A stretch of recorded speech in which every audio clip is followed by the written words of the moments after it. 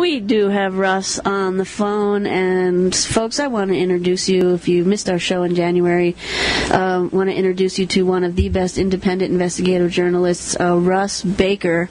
Good morning, Russ. Good morning. I'm having a little bit of trouble hearing you. Okay, all right. Maybe that'll help a little bit. A little bit, yeah. Okay, so Russ has a website, folks. It's whowhatwhy.com. He also has an incredible book that he's written that once he came and visited Las Vegas and folks learned about it, a lot of people bought his book. Sin? It's Family Secrets. You have the... Yes, Family of Secrets. Family of Secrets. Sorry, Russ. Family of Secrets. The Bush Dynasty, America's Invisible Government, and the Hidden History of the Last 50 Years. All right. So Russ does a thing called forensic journalism, and we really appreciate you being on the air with us this morning, Russ. Sure, it's my pleasure. And we've got Jim Turr, who introduced me to you back in January. I was really glad to get to meet you. Hi, Russ. I haven't seen you in a long time. Good morning, Jim. Good to hear your voice. Same here. So, Russ, one of the things that got us wanting to have you back on our show, besides that you do incredible journalism independently of the mainstream and the corporate world, but you also, on September 11th, posted an incredible piece about what may really be behind the wars in Afghanistan. Can we start there? Sure. Do you want me to summarize? Yeah, that would be great. Okay, so a lot of the work that we do at Who, What, Why is a kind of a response to what is put out by the corporate media. In other words, we take what they report and we don't so much dispute it as we try to expand on it, or we try to look at what sort of is being said between the lines. And that's not so much a criticism of them as it is a comment on the limitations of that form, that for a variety of reasons they're only able to say so much and only go so far. But we have no such limitations because we're a nonprofit supported entirely by members of the public. We hope soon to be supported by more members of the public, but by members of the public.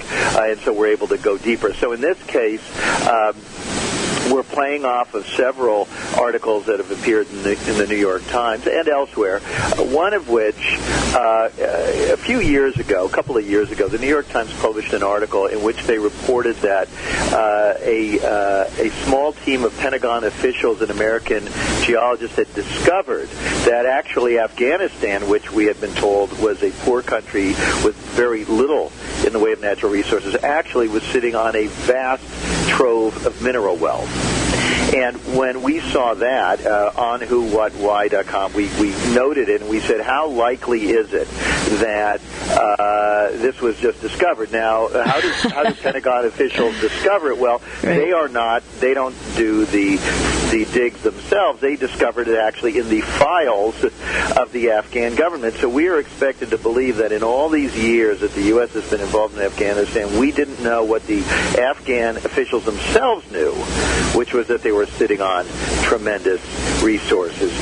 And so that just didn't seem to make any sense, just logically, and we pointed that out. Now, recently, the New York Times has a new article, and this one basically says that it's great news to learn, how much there is in the way of natural resources, and that this is the road to a happy ending in Afghanistan, that this can it brings about hopes of a, quote, more self-sufficient country, if only the wealth can be wrested from blood-soaked soil. Now, as we point out on whowhatwhy.com, the New York Times here is basically, they're eliding the central issue. In other words, they're saying, isn't it great that we just discovered that these poor people are sitting on all this, and if they can only get access to their resources, everything will be hunky-dory, and our honorable intentions of going in to try to help these people will be realized. And so what we point out here is that it sounds a lot like a fairy tale. It doesn't make any sense. And in fact, one of the recurring themes on Who, What, Why is that policy, foreign policy of really all countries is self-serving.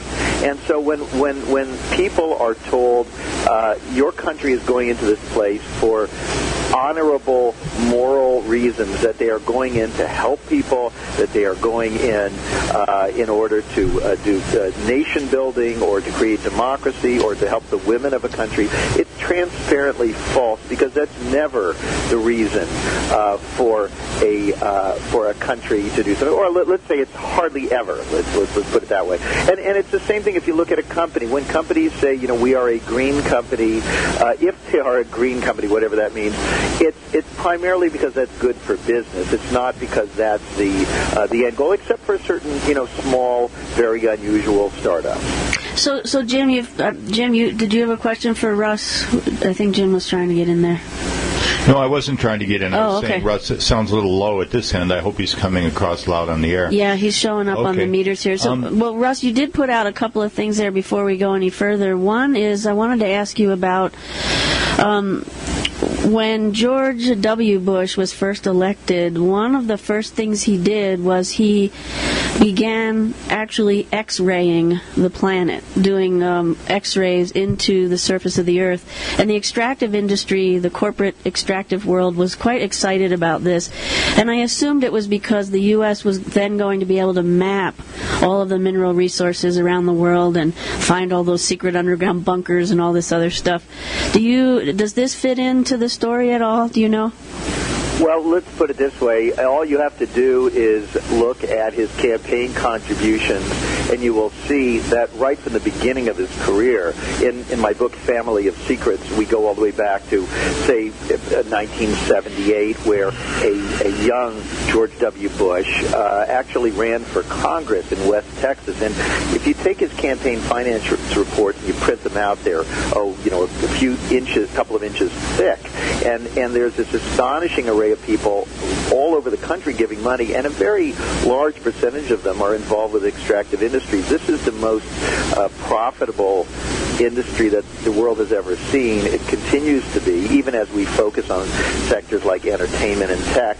It's extraction that really is the name of the game. And so they have always funded him.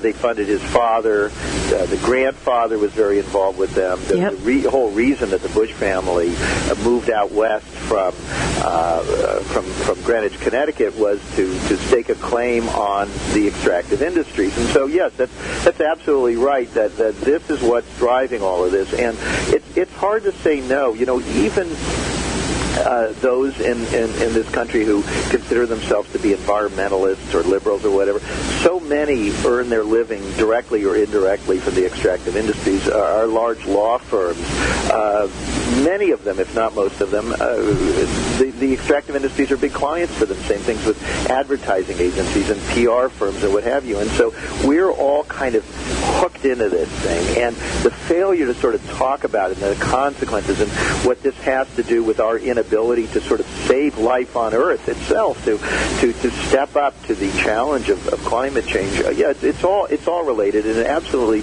goes back through to the beginning of Bush's presidency, but it also permeates Obama's presidency as well.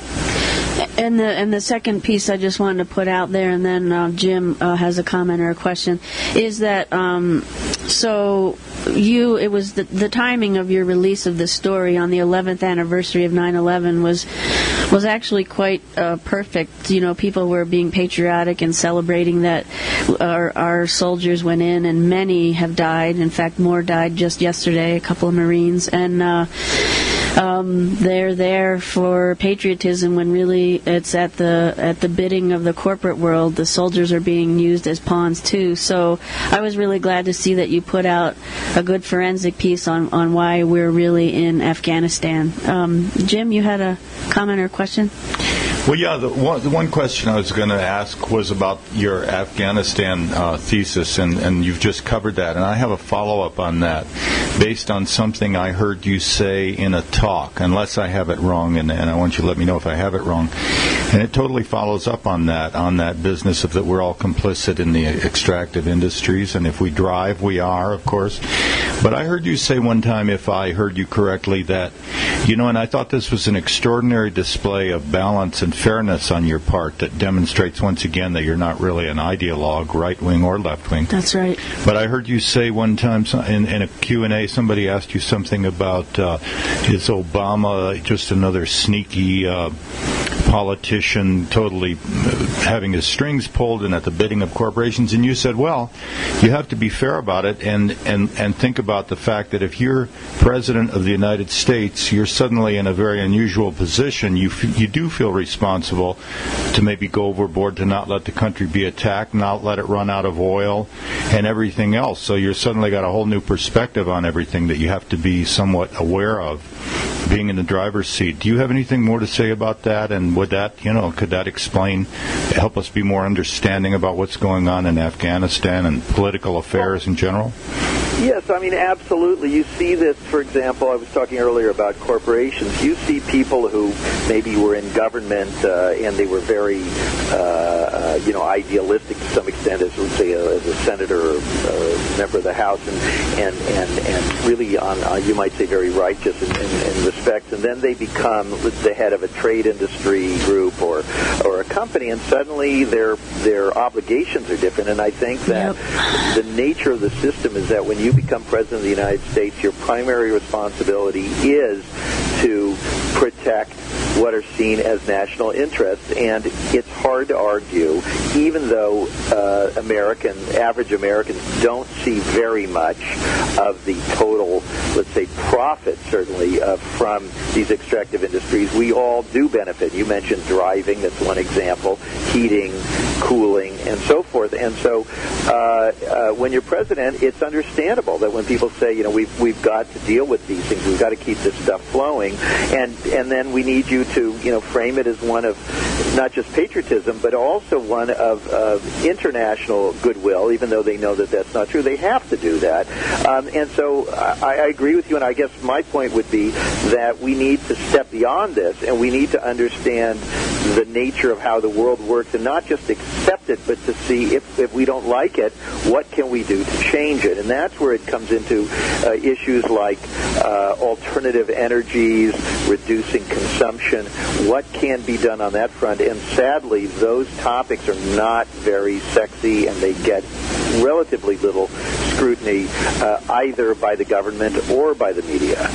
Well, conservation isn't very profitable either. It isn't, and unfortunately, conservation itself is sort of treated as a kind of an isolated thing, because I know, for example, a lot of people who their entire involvement is to personally be sort of parsimonious with resources. They're very proud of the fact that they've got a compost heap and they drive a certain kind of car and so on, and that's great, but that in itself is not going to change. It sets a good example for some others, but it's not going to change things fast enough to make a difference. And so we all have to be involved in educating the broader mass about what is at stake here. And I would argue that if each person every day, for example, just forwarded an article, whether it's our article at Who, What, Why, or another article, to 20 people or 40 people, that they're expanding the awareness of this stuff and the sort of the awareness of the urgency, real urgency. I mean, this is not some abstract thing. There are more and more studies suggesting that there may not even be life on Earth for our grandchildren to enjoy. So, I mean, this is a real crisis. Yeah, and education is one of the things that you do so well, Russ, and I really appreciate that. And for those listeners who may have just joined us, we're visiting with Russ Baker of whowhatwhy.com. He's an independent investigative journalist, and he's also written an excellent book that we have at the Peace and Justice Center, and you can order online or get it at Tome on the Range. It's called Family of Secrets, The Bush Dynasty, America's Invisible Government, and the Hidden History of the Last 50 Years. Jim, you had a question? I just wanted to say, in terms of putting out information right here, I wouldn't want to put out that conservation does not make sense business-wise as well as environmental-wise. I think countries countries that have really and companies that have dedicated to it have saved money, saved energy, saved cost. It does. I think it does make sense from my understanding. Except yes, and I don't want to take away from the interview with Russ, but to me, even when solar and wind folks are talking, they don't say use less energy. They say convert to solar or wind, and I think we need to be doing both. We need to be conserving and converting to more sustainable sources of energy. Right, and by the way, I mean, I totally agree with that. I didn't mean to diminish conservation. What I meant to say is that as a personal act, it is not enough.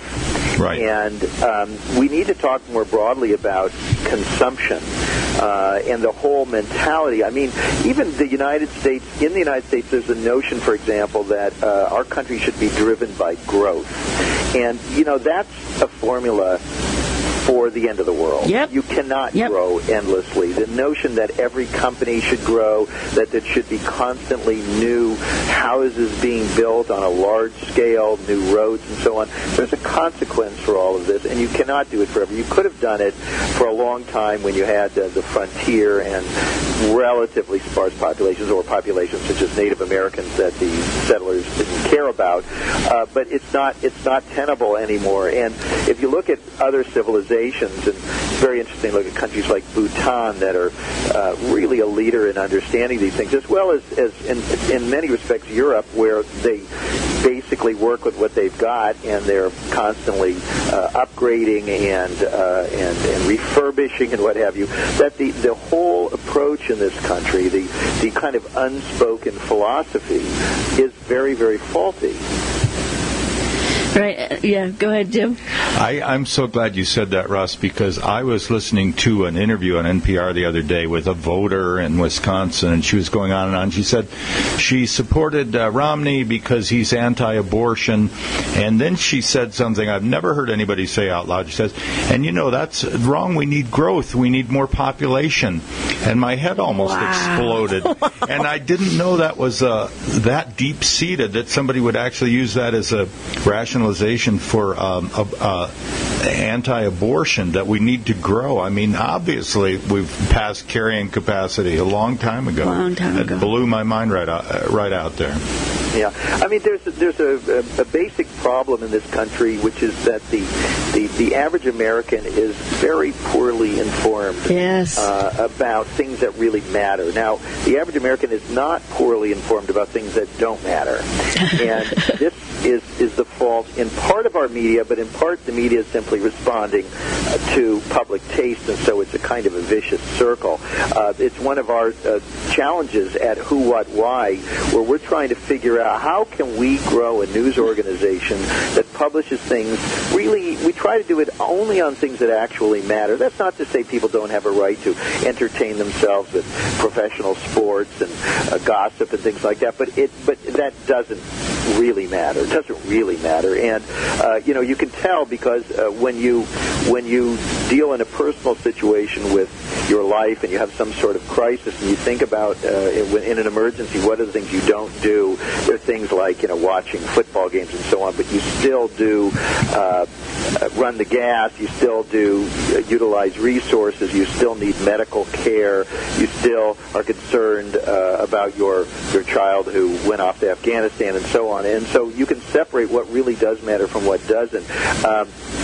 Our challenge is to try to kind of go in that direction and see, can we interest enough people in what I call adult education. They use that term adult education as meaning people who voluntarily take distance learning courses or learn to folk dance or whatever it is. But in fact, we all need constant adult education. We all constantly need new information. If you look at professionals, architects, doctors, and so forth, they all have to take continuing education courses in order to remain certified and competent in their field. And I think we all need to take continuing education to remain competent and certified as good functioning citizens. And what you were talking about, that story about the woman who made the comment about abortion, these are people who really understand understand incredibly little, and they're very, very easily misled and propagandized. And of course, that's dangerous not just in terms of them not being effective, but also in terms of the potential for the rise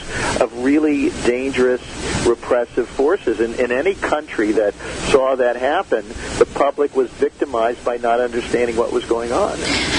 So, Russ, we've got a young co-host here with us, Alex, who's 14 years old, local high school student. She's a freshman, and she does great research in the lead-up to our show, and she went to your website. Alex, when you were visiting Russ's website, did you find it accessible? Was it stuff you hear on the mainstream news? Or? Well, I found it really interesting. I don't find this stuff very often.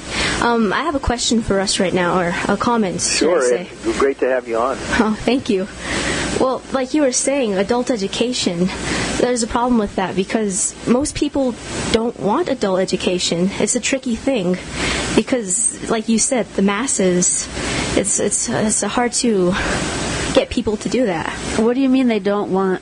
Well, people don't want to know. They don't want to be educated? Is that what you mean, Alex? Most people, a good majority of people, usually like to live in ignorance. They just want to be entertained. Exactly. Well, I agree with that to some extent, Alex. I think there are two sides to that. Being entertained is like, it's like eating donuts. It tastes good, but it ain't good for you. Yeah, and right. It's good for you a little bit.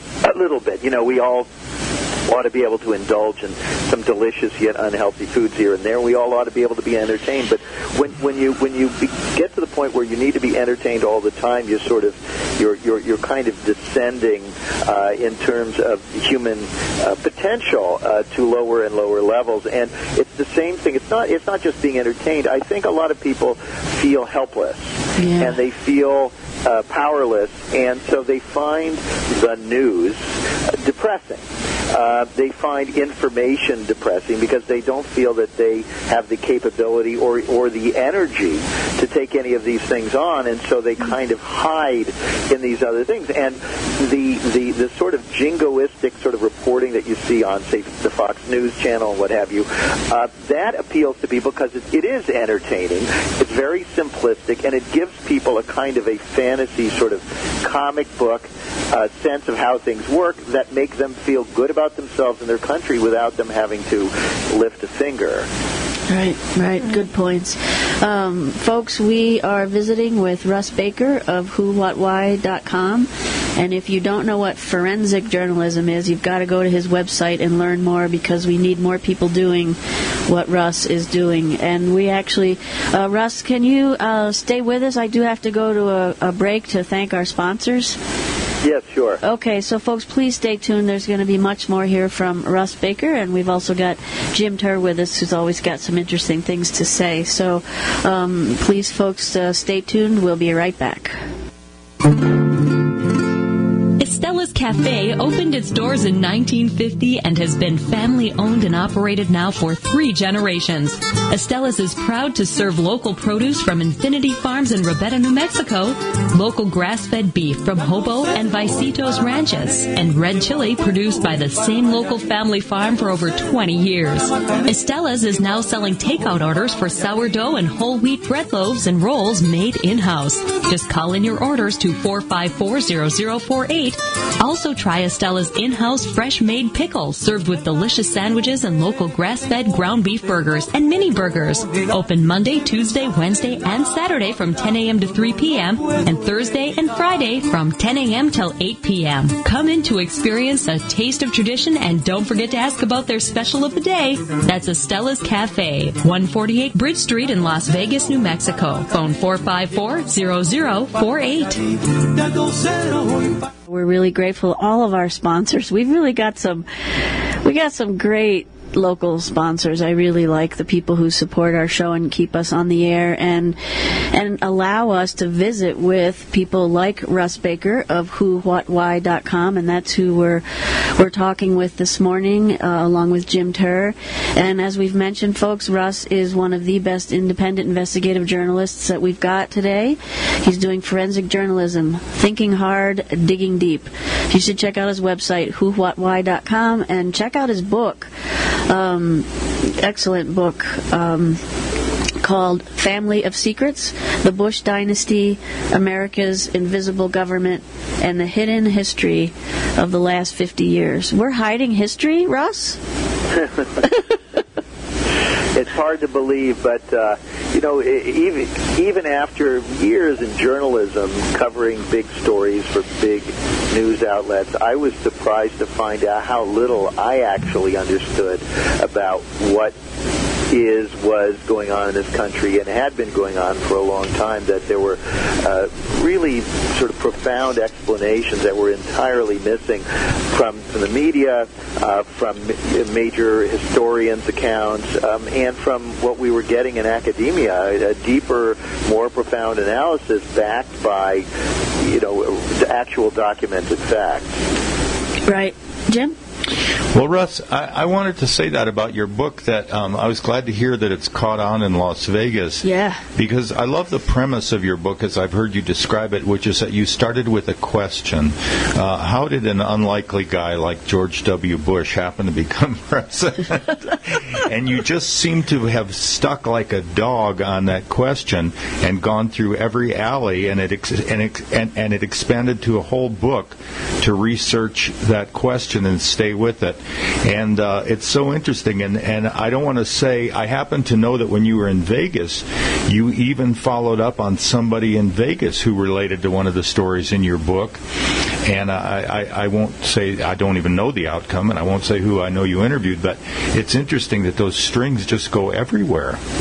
Yeah, that's such a great point, Jim. They really do. And I continue my research that I did for Family of Secrets, in part in pieces that we do on Who, What, Why, although Who, What, Why is more contemporary reporting, but also in a new book that I'm working on. But everywhere I go, yes, I run into people, and this particular individual and I have stayed in touch, and that's leading in interesting directions. And so there are people out there everywhere who have pieces of things. So we hear on Who, What, Why, we hear from people every day who come forward and say, I read your piece, and it got me thinking, and, here's something you should know. My neighbors or, the special forces, and something that they've been involved in, and this is great. And this is a kind of it allows, I don't know if you'd call it citizen reporting, but it allows the public to participate and to funnel useful information in so that we can continue an open-minded dig into why things are the way they are. I want to stress the term open-minded because I've got problems with both the sort of traditional media in the sense of not that they're bad people, but that they are limited in how candid they can be about what they think is really going on, but also the so-called alternative media, because I find that to be another sort of hidebound institution with its own constraints on open inquiry, where there's a kind of a line, a kind of a party line, and there really isn't openness when the facts turn out to be different than they had been presented. And this is one of the things we're trying to do on Who, What, Why, is when we see something and it turns out we're wrong about it. I just heard about something in my book. I don't know how it happened, and it seems like it's wrong. And, I want to get right to the publisher, because the Family of Secrets is still selling very, very well, and to ask them if they can continue to make changes to the manuscript so that it continues to get more and more accurate. So, open-minded inquiry, it's amazing where it can lead you. And as you point out with Family of Secrets, I really did not have an agenda. I just was fascinated with the idea that this unlikely fellow would not only could become president, but that so many people of means wanted him specifically out of all the sort of Republicans they could have chosen with at least years of experience and general competency, that they chose this particular person. That then got me looking at what he represented and more largely what his family represented and what the family itself had done over the course of decades and how it fit into this larger framework of resource extraction. So what was the purpose of, and what is the purpose of the Bush family in the minds of these very, very wealthy and powerful people who largely remain in the background? Right. Two things that you said while you were talking there I want to follow up on. One is that you mentioned civic journalism or citizen reporting. You actually have a place on your website where people can submit tips to you, right? For stories? Yes, in fact, that's very, very important. Both the tips and also, the comments themselves that people make. I think given the low quality of comments often online, whowhatwhy.com sort of has gone in the other direction. The preponderance of comments are not pejorative, and they're not people just sniping at each other. They're people actually raising interesting points, adding from their own knowledge and so forth. So yeah, we very much believe in that. And I want to comment on that. That is absolutely true what you said about the folks who post comments under your articles as opposed to so many other websites. But part of the credit for that goes not only to your readers and your followers, but to you. You keep the discussion really helpful and educational, and you yourself respond back to people's comments, which I think is really, really helpful. Folks, it's a great website. If you've not been, you've got to visit whowhatwhy.com. And it's not, Russ is not a conspiracy theorist. He's not a coincidence theorist. He is an open-minded, investigative journalist that gathers all the pieces together and finds out what's really going on behind a story. When are you coming to Vegas again, Russ? Well, I don't know immediately, although it's a charming place with charming folks such as yourselves, and I'd certainly love to visit again. That would be great. You also said, I think I heard you say you're working on a new book? I am. I'm not publicly talking about it at this point, but okay. I will just say that it'll continue pursuing some of the unanswered questions that were addressed to some point in Family of Secrets. I don't want to say it's a sequel because it goes in a quite a different direction, but I hope the purpose of these books is to kind of be a sort of a roto-rooter in our conversation and in our democracy, such as it is, to kind of unplug some of these blocked areas. And as you know, I'm very, very interested in unresolved controversies where the public feels that the media won't deal with them. You mentioned conspiracy. Certainly, we are concerned about not shying away from things because they are labeled a certain way. Right. Yes. So we put things on the site and we just say, hey, here's a curious thing. What do you make of this? Now, a lot of my friends in the corporate media just know not to do that. You just know the editor's going to say, oh, come on, you're not getting into that subject, are you? And so we try. Now, we do get complaints from activists in certain areas like 9/11 because they want us to write what they believe to have happened, but we wouldn't do that. We might look into particular aspects as we obtained information, and we would make that information available, but we would not advance a line just because people believe it to be the case. In fact, we have a story on the site relating to 9/11, which is really, I think, done in the proper and traditional journalistic way, and we're certainly open to doing more things, but we have to do them based on original reporting, tremendous caution, and the ability to document things in the way that I was taught at the Columbia Journalism School. All right, and folks, I would encourage you when you go to the website to sign up for the email list. Russ is very respectful. It's very light traffic, and he only sends you stuff that's important and gives you time in between emails to read and check things out. It's one of the best email listservs that I'm on. It's he's just very respectful of the folks who sign up there. So, gosh, we really appreciate your work. We've got about 8 minutes left, and I wondered if you wanted to say anything about this upcoming election. Yeah, in an election year, it's very difficult to talk about politics and policy without getting sort of sucked into the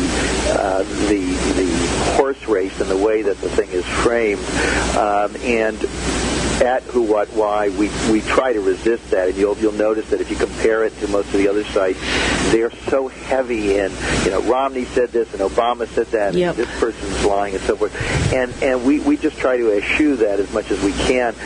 But I was recently out in California. I gave some talks where the theme was what's at stake in the November election and what, unfortunately, is not. And my analysis is that, there are some real and major differences between Obama and Romney on certain issues and in certain respects. And then there is also the ways in which there is almost no difference.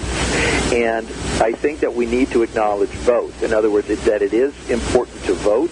It is important to realize what those differences are. But it's also important not to pretend that there is such a major difference, whichever one of the candidates you may favor, and to not recognize that the entire conversation in this country is severely constrained, that even our choices in terms of who can get into the general election in a presidential race, who the media cover in the primaries, who's taken seriously and so forth, that all of this is delimited, and it's delimited so that whichever person wins on many of these big issues, particularly on the control by big money of the democracy, and I use democracy in quotes because I'm not sure how effective a democracy it is anymore, but also in terms of the big cash cow, which is foreign policy and war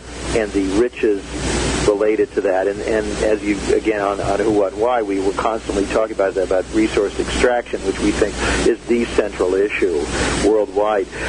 And so as far as the election goes, I think we need to recognize that Barack Obama would never have raised the kind of big money that he did, would not have been treated as well as he was by the media and by powerful interests, think tanks or what have you, unless he was deemed to be a quote-unquote serious and responsible person. Now, those terms already mean that a person buys into certain certitudes, is willing to play a certain game and a certain approach. And actually, as you see under Obama, the United States specifically, and particularly through the drones, is involved in wars in at least 5 countries, perhaps more, however you count that, is continuing in many respects the foreign policy of the Bush administration, albeit perhaps seeking to move out of the countries faster as surrogates can be put in place and so forth. So differences, but also a lot of similarities. Not a proper effort to identify the extent to which the political system has been corrupted by money and to do something about it. Not a significant effort to really protect ordinary Americans. There could have been very bold efforts to protect people from their homes being foreclosed. There were a lot of options. Obama sat on his hands, obviously bailed out the banks. And so we need to be cognizant of those kind of things. And of course, I'm happy to talk about what the differences are. I think I've mentioned a few, but there are plenty of others, particularly on domestic policy and on regulatory policy. But it's only a matter of degrees. Are you, Russ? Are you looking at all into this killing of the ambassador to Libya and his colleagues? That's a strange story. Yeah, we are, because, the world continues to get stranger and stranger at a rapid pace, and a lot of these things, when we read the reports, they just don't add up right. And as you may know, on Who, What, Why, we have an article. You can read it in the right-hand column under Original Investigations. Those are our longer pieces about when the raid in Abbottabad, Pakistan, where we were told that they had killed Osama bin Laden and then quickly disposed of his body by throwing it into the sea. And we had many many, many questions about that, just logical ones, or things, inconsistencies, claims that were reversed and never explained, things that just didn't make any sense.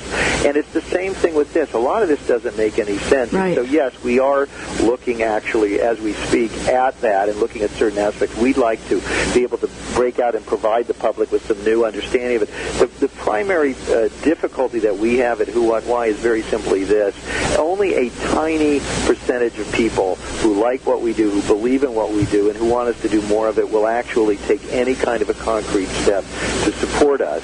And so the contributions, even though they're tax deductible and even though they go extremely far, come from a tiny, tiny fraction, even of our regular readers, even of the people who go to the site every day or once a week, love it, and recommend it. Very few of them will even, drop a small amount into the hat. And so, unfortunately, we've got a long list of stories like the one you just mentioned. We would love to be in a position where our readers say to us, hey, could you look into this? And we say, yep, we're on it.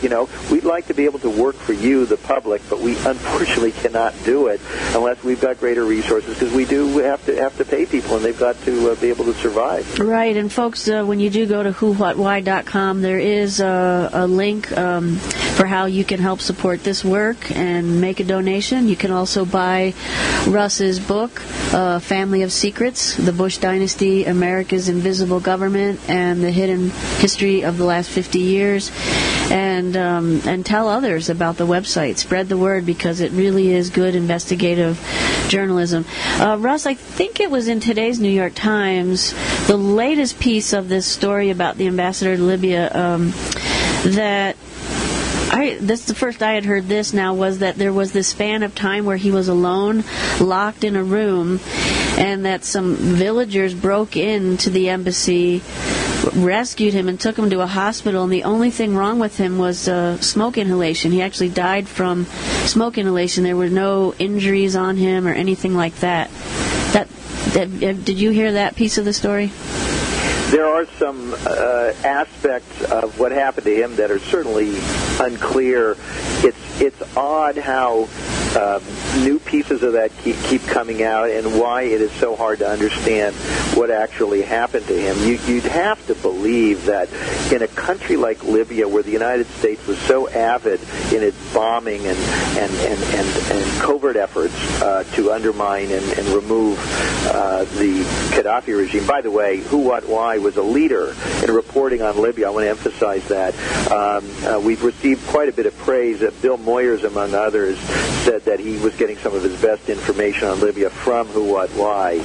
Wow, that's great. And so we were looking back then at anomalies and irregularities. I think that the United States, being that it is supposedly dominant and in control in Libya, supposedly, should, and with the kind of intelligence resources it has, and even just simple phone calls, should have been able to clarify within hours what the actual narrative was. It reminds me again of this bin Laden raid, where days and weeks and months later they were changing the story. Yep. I have to think that there's some reason for that something else is afoot.